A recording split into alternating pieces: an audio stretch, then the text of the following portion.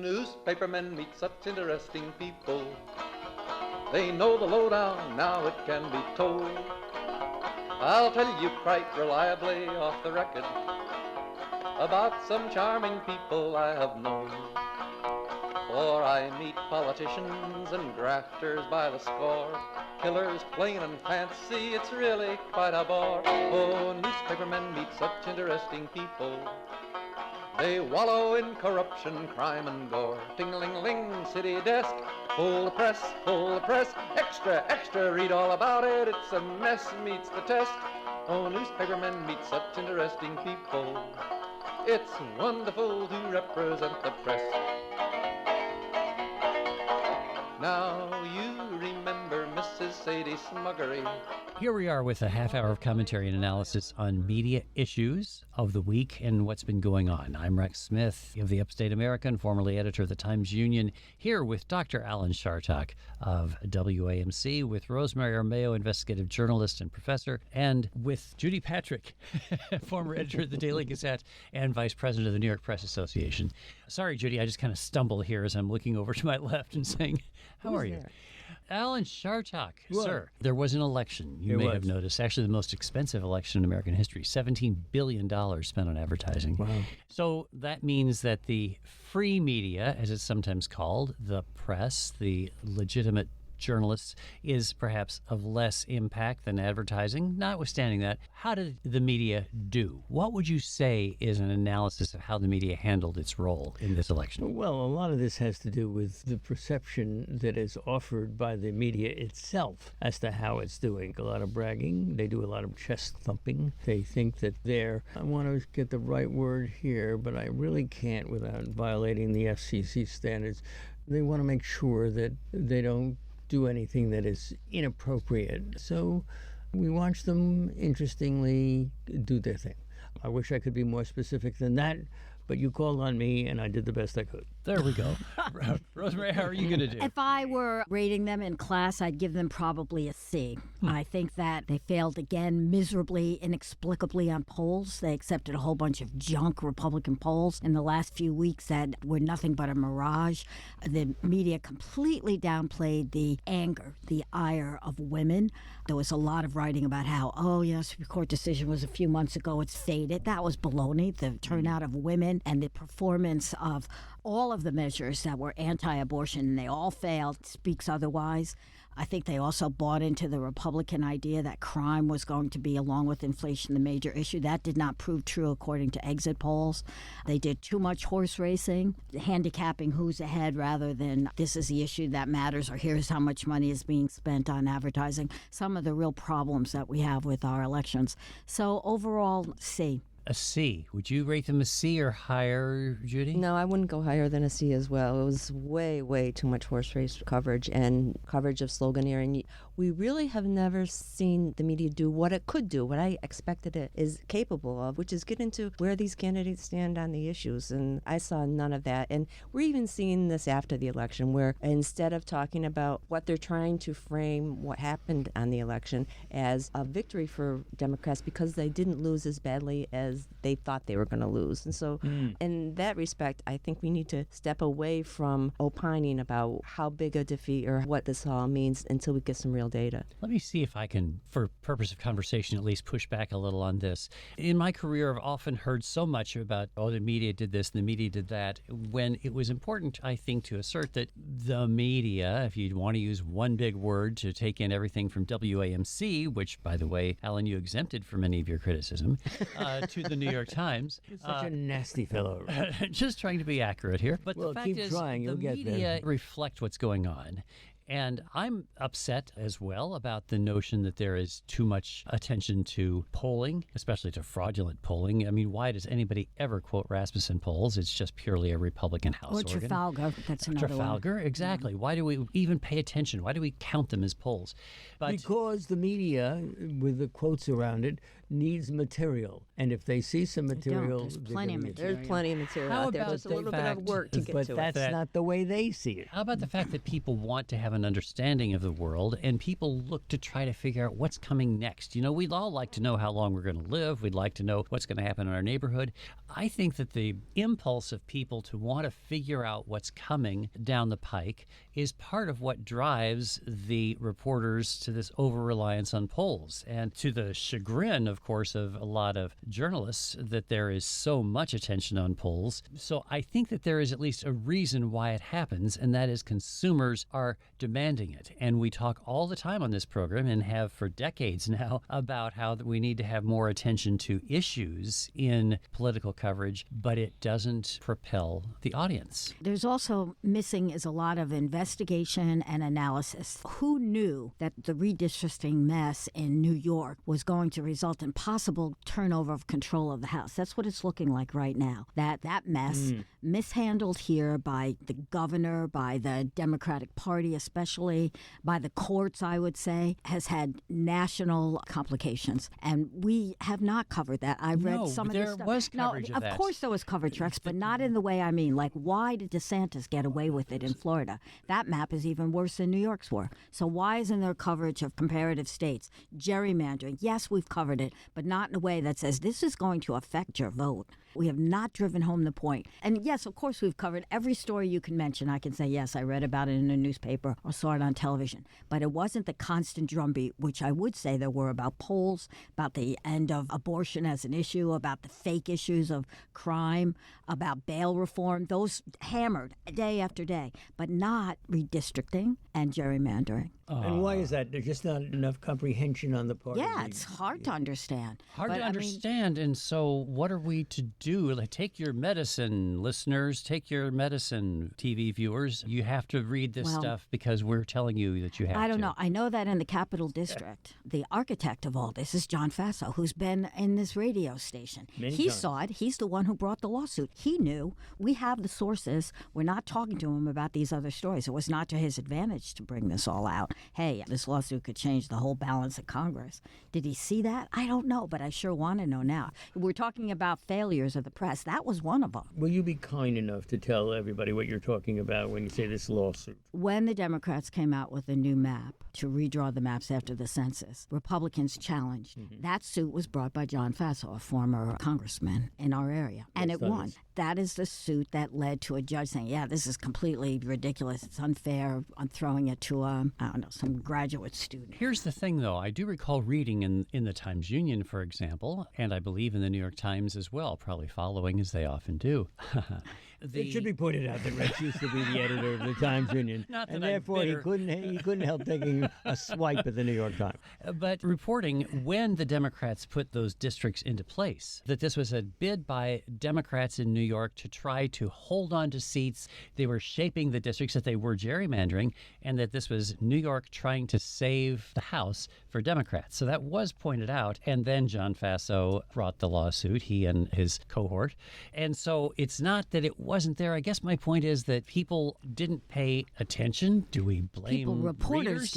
Reporters didn't pay attention to it. That's their freaking job. But and at what the was same done was done when it came to the election. It's true, but did you know going in? I mean, I never saw a story. I heard us talk about it, but I never saw a story any place that compared New York map drawing to Florida. Completely different. Both were unfair, terrible maps. New York ends up with the Democrats punished. They have to redraw it and they lose district. Florida drew theirs to get extra seats, and that all won. That's why the Republicans will be in charge of the House. And isn't that because judges allowed the Florida maps to go forward? Trump but blocked? appointed judges. Exactly. Another story. Great story. Exactly. And now we've got, I mean, the power of judges here is one of the great stories that is Yes. really hard to get across because people don't pay attention to judges. We've got a judge out in Buffalo, a guy named Sinatra, appointed by Donald Doobie-Doobie-Doo? Trump. Doobie-Doobie, yeah. Judge Doobie-Doobie-Doo, who is requiring a union out there, the union that wants to represent Starbucks, to hand over messages that they sent to reporters. Now, that's horrible. kind of outrageous. Yeah, that's bad. That you're saying these confidential conversations, presumably, that is truly an incursion on the free press. That's a Trump-appointed judge. And that is, of course, a great and ongoing story. but it's another one that is hard to get people to pay attention to. It's not a story for the public right now. It's certainly a story for the press, and I hope it's fought. That needs to be appealed. There's First Amendment implications there. And there's also lots of training for union organizers who, like reporters, should know better than to put anything in an email, anything in writing. By the way, we can come back to more on the election in just a moment, but that actually raises the question about how reporters use digital media and use social media, which in the context of Elon Musk taking over Twitter is a big deal because Twitter has become a real tool of journalism. It's a tool for news gathering. It's a tool for news distribution. And Elon Musk is sort of trashing Twitter. It's going to have big implications for journalism, right? Do any of you use Twitter in that way? I did until the day he took over. Twitter was faltering, I thought, before the 2016 election. It wasn't anything I would go to, but during the Trump administration, more and more journalists used that, and I used it almost like a wire service. You would find out about things happening before it hit the wires, before it hit AP, before it hit mainstream news. But then it became a point where it would be on Twitter, and you say, oh, is this true or not? And so you'd have to do some more research, go to a reputable site and see, if that plane crash really happened. Since Elon Musk's takeover, things have gone downhill for Twitter. I mean, first of all, he retweets this fake story out of the Santa Monica Observer, which isn't really a newspaper, calling into question Mr. Pelosi's attack. And he's the attack on Mr. Pelosi. The attack, yes. Now he's selling credibility for $8 a month a shot for anybody who's willing to do that. I mean, on Twitter, you're a verified user. You get a blue check mark next to your name if they verified that you're who you say you are and you're credible. Now, Musk is proposing to sell this for $8 a month to anybody who ponies up the $8 But it is interesting how much news has been generated by Musk's activities. He's the new Trump. The richest man in the world buys the most powerful political discourse machine in the world. Of course, there's going to be lots of press on that. Yeah, and he overpays for it, and he'll probably lose some money. Well, overpaying is a matter of how much you got. In other words, if you have a lot of money and the money means nothing. He borrowed for that, though, so it does mean something. Well, you can borrow, but that doesn't mean, that there isn't a wink and a nod going on over the borrowing. And that's an issue about who he borrowed from. Yeah. So does it matter if the richest man in the world, Elon Musk, owns this platform? How different is that from Rupert Murdoch owning all the newspapers that matter in Australia, as well as Fox Great Britain News and the United States. and what he has in the United States and the UK? Isn't that the same thing? Yes, equally horrible and nothing is the newsworthy. same. Look, everything is different. Different people doing the borrowing, different people doing the owning. Nevertheless, you make a very fine point, Rex Smith. Why, thank you. Record this moment, folks. Record this. And people like Rosemary are leaving the platform. A lot of people are waiting to see what happens with it. I mean, one of the things... What do you mean she's leaving the platform? She I said, "I'm dumped off." Twitter.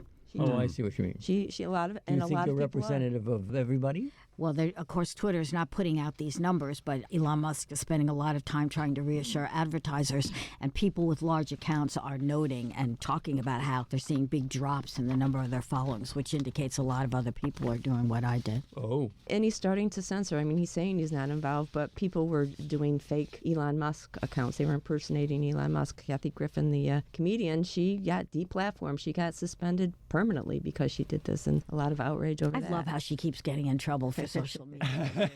It's cutting edge. Twitter has 436 million monthly users, which makes it huge, although minuscule by comparison to Facebook or YouTube. Do they all have to pay, right? No. No, they don't pay. No, it's free. Yeah, that's the amazing thing. And a lot of people comment on things on Twitter. A lot of information is distributed on Twitter. That's how a lot of content gets put out there by legitimate news organizations. And a lot of reporters use it to get information. They say, DM me, as in direct message. DM me if you know anything about this. So this is a program about media. And so what is the relationship between Twitter, for example, and what some people like you, Rex, might call legitimate media? Well, that's it. It is a tool of legitimate media, but it is increasingly suspect if Elon Musk is going to turn it into something where the Santa Monica Observer, for example, has status equal to that of the more legitimate newspaper of that area, say the Los Angeles Times. If you can't tell the difference, if he's making the blue check mark available to whoever pays, he'll probably come up with something even bigger, like a golden check mark if you pay more. You know. And it'll all become a matter of money, and I think it'll lose credibility, and it'll lose more people like Rosemary who are going to say, I'm done with this. Well, Facebook is also in trouble. It announced recently a huge layoff, much bigger than the one that Elon Musk announced. And TikTok, meanwhile, is increasingly the platform of choice of young people. And that's the only thing my college students are looking at these days. Well, can you explain to the people who are listening to the show what the difference between TikTok and some of the other modalities? TikTok is video as opposed to Facebook and Twitter, which are mostly words. It moves fast. Those young people just don't like to read. Yeah, anything that cuts down the words or eliminates it altogether. And it's the same thing. You join, follow. It has algorithms that track what you're interested in and gives you more of the same.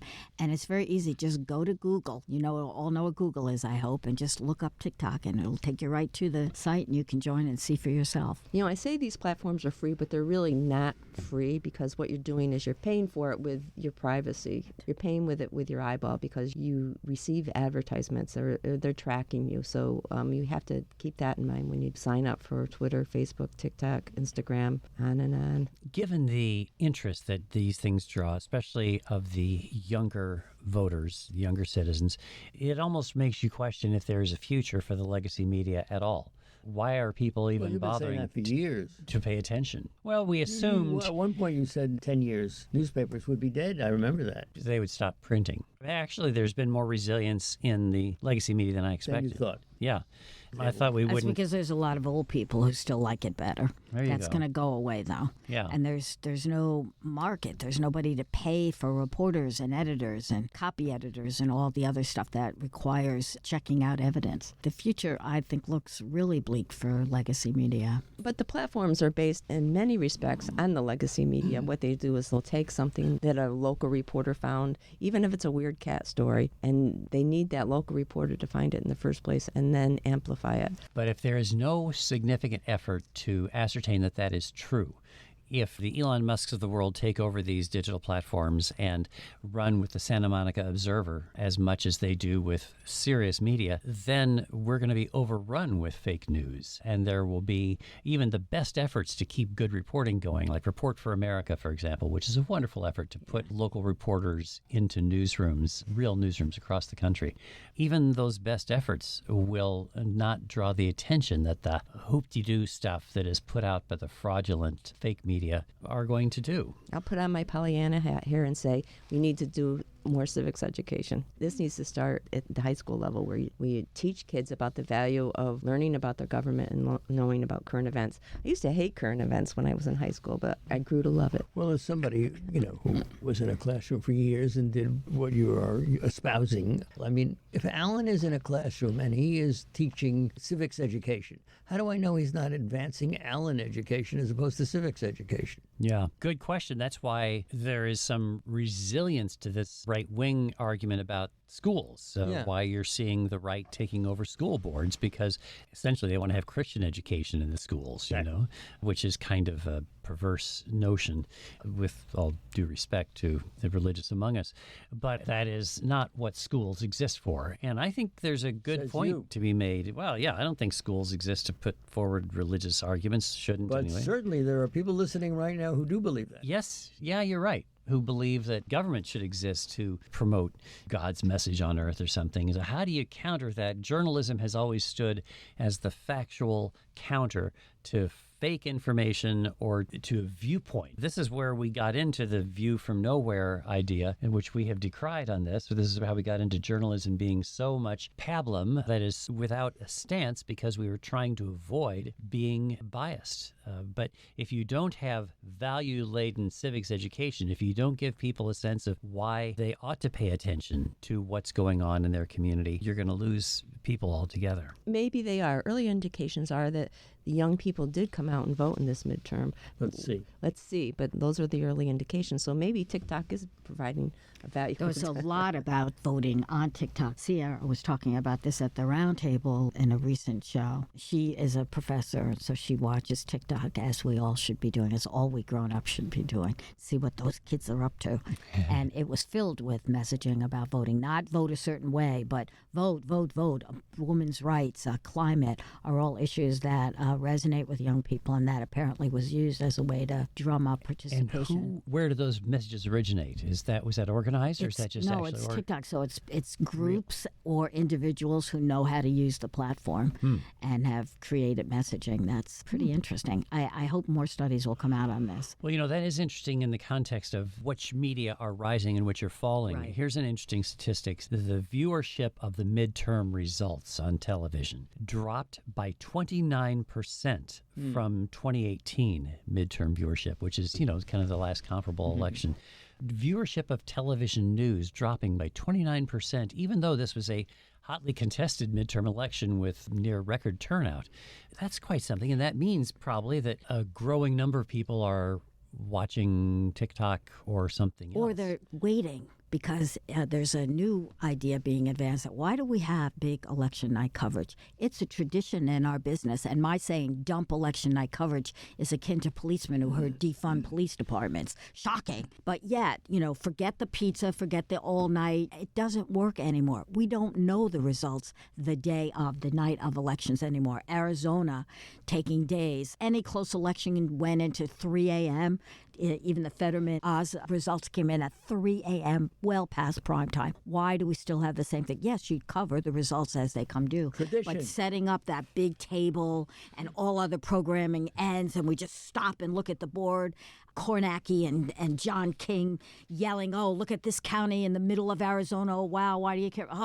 Why do we do it?" Right, we have John King saying, we've got results from one county, and we can predict this one county is going to go this way or that way. And we got 50 other counties. I turned off the TV and walked away. It's like... So you're in that 29%. Yeah, I mean, it's so incremental to be useless. And I agree, wait until the election results are in. I mean, have some coverage of it, especially when you know when exit polling clearly shows a winner. But the channel that doesn't wait, the channel that opines or says what they think is happening, is the one that people are going to watch. Some people, Well, old people. You are so elitist and so condescending. No, it's They the all other. opine and speculate because there are no There's results nothing else to anymore. talk about. That's the. I mean, Except Fox the News. war in Ukraine, deteriorating infrastructure. There's a million things to talk about. You could. Here's one that is interesting. Stepping away from the election coverage for just a moment, Isn't the show over? Here's one that's really interesting. The editor and publisher of Columbia Journalism Review, a guy named Kyle Pope, wrote a provocative column about the coverage of missing people. In 2004, he opens with quoting Gwen Ifill, a wonderful journalist, first in print and then in broadcast. And she talked about the coverage of people who've gone missing as, quote, missing white woman syndrome, because she pointed out if there's a missing white woman, you're going to cover that, but not so much Absolutely if it's true. different. So they put together, Columbia Journalism Review has put together this wonderful app where you can see how important you are. What are you worth? And you put in your age and where you live. do it? Yeah, I did it. And how did you come out? if I were to go missing, there would be about 11 stories, 4 local and 3 that might make it to the New York Times, and it might make it to NPR. They don't count the fact that I have ties to the journalism business, so that might increase it. But 11 stories. If I were 20 years old instead of as old as I am, there would be over 120 stories about me. Fascinating. I love it. I'm going to make my students do it. RUpressworthy.com. If you're Yeah. interested, RUpressworthy.com is the way to get in, Would share somebody your do it findings for me, and so on. please? Sure. Yeah, I'll do it for you and let you know. Yeah. I don't know that there would be much attention now. And they also tell you what media is most likely to cover you and what media definitely won't cover you. And mine had NPR and New York Times, and I'm not sure that's true. And Would also had cover you. Washington Post because I have ties to them, Right. to the poll. I don't think it's completely accurate, but you can figure it out. So yours won't be as accurate as it should be because you have a connection to NPR, you're a figure, so there's likely to be more coverage. I think they should refine the app. I was going Yeah. to send Well, in a do my note looks have saying, anything to do with it? no, looks don't. Well, actually, yes, they yes, do. yes, young they do. young women, young white women Young, get pretty the most. white women, especially if you're blonde, even more so. Yeah. If you remember the case maybe 20 years ago where a young white woman who was Elizabeth pregnant Smart? Oh, no. I'm who sorry. I'm wrong. Yeah. went missing. Her husband was eventually convicted. That dominated the national news for months. And we had coverage here this summer when a teacher from South Colony High School, Megan Marone, went missing. A lovely person, by the way. I spoke at her journalism class at the high school.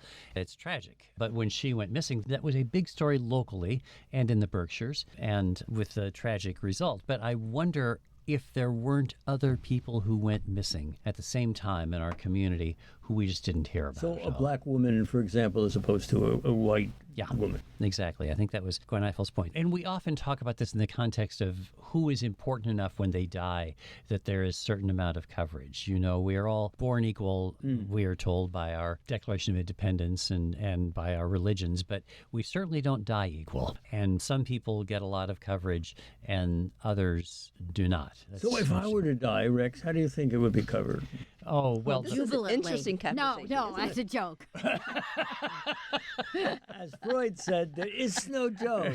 if I were to die, we all shall, of course. We'll just see what happens. But I think your point, Alan, is that because you're a public figure, there would be more attention to it. I just want to point out that one thing, that going back to press coverage, Carrie Lake, a television anchor who actually worked in this market. She used to work for WNYT, News Channel 13, the NBC affiliate in Albany, went out to Phoenix, and I think that there is a phenomenon there that we're going to see more of in politics. When you become an anchor in a major market, you have certain skills, you're telegenic and so on, and I think that is going to translate so much into the media, such that the leading candidate for president, if he were to decide to run, would probably be, what is the name of the guy with the bow tie on Fox? Tucker Carlson, sorry. Tucker Carlson could be our next president, folks. So just... Yeah, he's being mentioned as a political candidate. It is kind of frightening. Yeah, but it didn't really work well for Dr. Oz so far. And Carrie Lake didn't get a walk away either. No. Yeah, we'll see. That is all we have time for today. That would be the end of the Media Project for one more week. Alan Shartok, Rosemary Armeo, Judy Patrick, and I'm Rex Smith. Thanks to our producer, David Castina, for tolerating all of this. And to you folks, our listeners, for joining us each week here on the Media Project. Please tell me what choice I have. It's wonderful to represent the flag. Now, publishers are such interesting people. Their policy's an acrobatic thing. They claim to represent the common people. It's funny, Wall Street never has complained. Ah, but publishers have worries, for publishers must go to working folks for readers and to big shots for their dough. Now, publishers are such interesting people. It could be prostitution, I don't know. Ting-a-ling-a-ling, circulation, ting-a-ling-a-ling, advertising, get those readers, get that payoff. What a headache, what a mess. Oh, publishers are such interesting people. Let's give 3 cheers for freedom of the press.